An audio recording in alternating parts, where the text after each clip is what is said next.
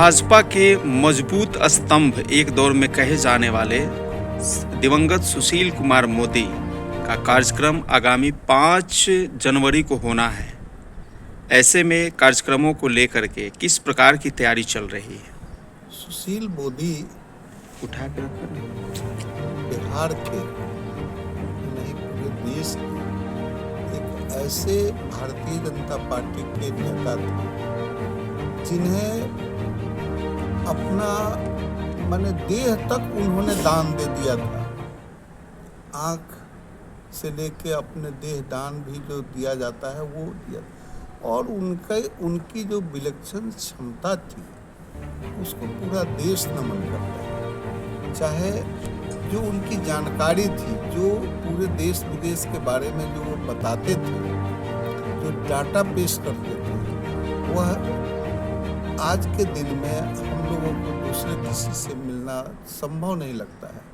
और ऐसे महान कैलाशपति मिश्र जी के मरने के बाद अगर कोई बिहार का सबल नेतृत्व करने वाला था, वह व्यक्ति सुशील कुमार मोदी था।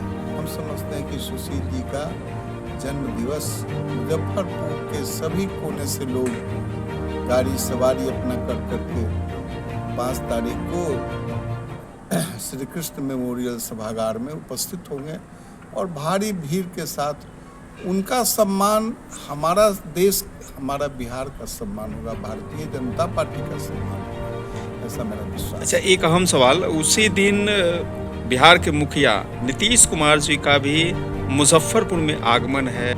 ऐसे में दोनों कार्यक्रमों का सामंजस्य कैसे बैठ पाएगा?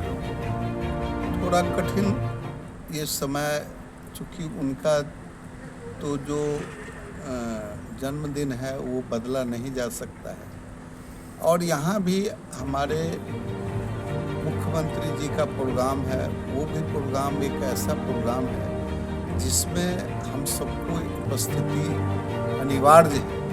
हम लोग देखेंगे, रिक्वेस्ट करेंगे कि इसका टाइमिंग थोड़ा इस तरह का हो कि हम लोग दोनों में सम्मिलित होकर के दोनों कार्यक्रम को सफल बनाएं। विपक्ष लगातार हमलावर हो रही है, करे नीतीश जी हाईजैक हो गए हैं, अब तो उनके जो है 3-4 जो है रिटायर्ड अधिकारी चला रहे हैं बिहार में। देखिए, नीतीश जी कोई भी काम अधिकारी तो करता ही, अधिकारी आखिर रखा काहे के लिए रहता है? अधिकारी जो है, लेकिन एक्सिक्यूशन बॉडी है ना अधिकारी, जो ओरिजिनेट करता है वह तो नीतीश जी हैं, वह तो सरकार है। सरकार ओरिजिनेट करती है और उससे काम कराती है। तो कोई ये कह रहा है कि चला रहा है, चला कोई नहीं रहा, चला रहे हैं नीतीश जी, और लेकिन उसका एक्सिक्यूशन जो है वो तो कार्यकर्ता, वो तो पदाधिकारी करेगा। 2025 में भी नीतीश जी ही रहेंगे अहम चेहरा? बिल्कुल रहेंगे। नीतीश जी को भारतीय जनता पार्टी ने बिल्कुल स्पष्ट कर दिया है दिल्ली में सारे अति में कि हम उनके ही नेतृत्व में ये चुनाव लड़ेंगे। अच्छा, चर्चा ये भी चल रही है सूत्रों से कि कांग्रेस से भी संपर्क लगातार साधते दिख रहे हैं। देखिए, ये बिहार है ना, यहाँ अंडे उड़ जाता है। यहाँ झूठ का बोलने का जो है लोगों का ये सिलसिला है।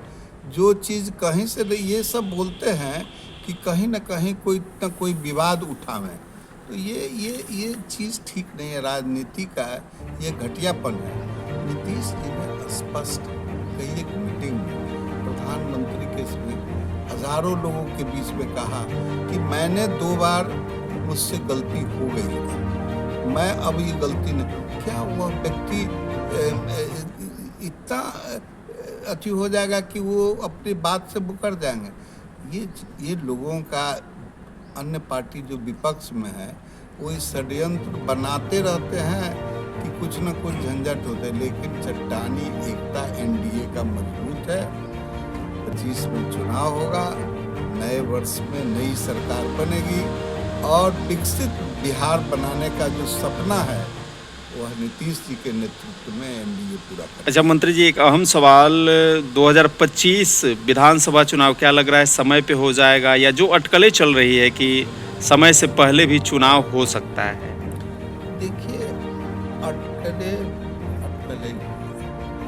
चुनाव समय से ही होगा। अब हमें कोई जरूरी नहीं है। अच्छा, अंतिम और अहम सवाल आपसे, आप की तैयारी नगर विधानसभा मुजफ्फरपुर के लिए किस प्रकार की हो रही है, या देखिए अपने ही परिवार से अब किसी एक चेहरे को आप आगे खड़ा करना चाह रहे हैं? देखिए, परिवार हमारा, हमने राजनीति में, व्यवसाय से हम राजनीति में, लोगों ने हमको लाया, जी। पार्टी ने हमको लाया।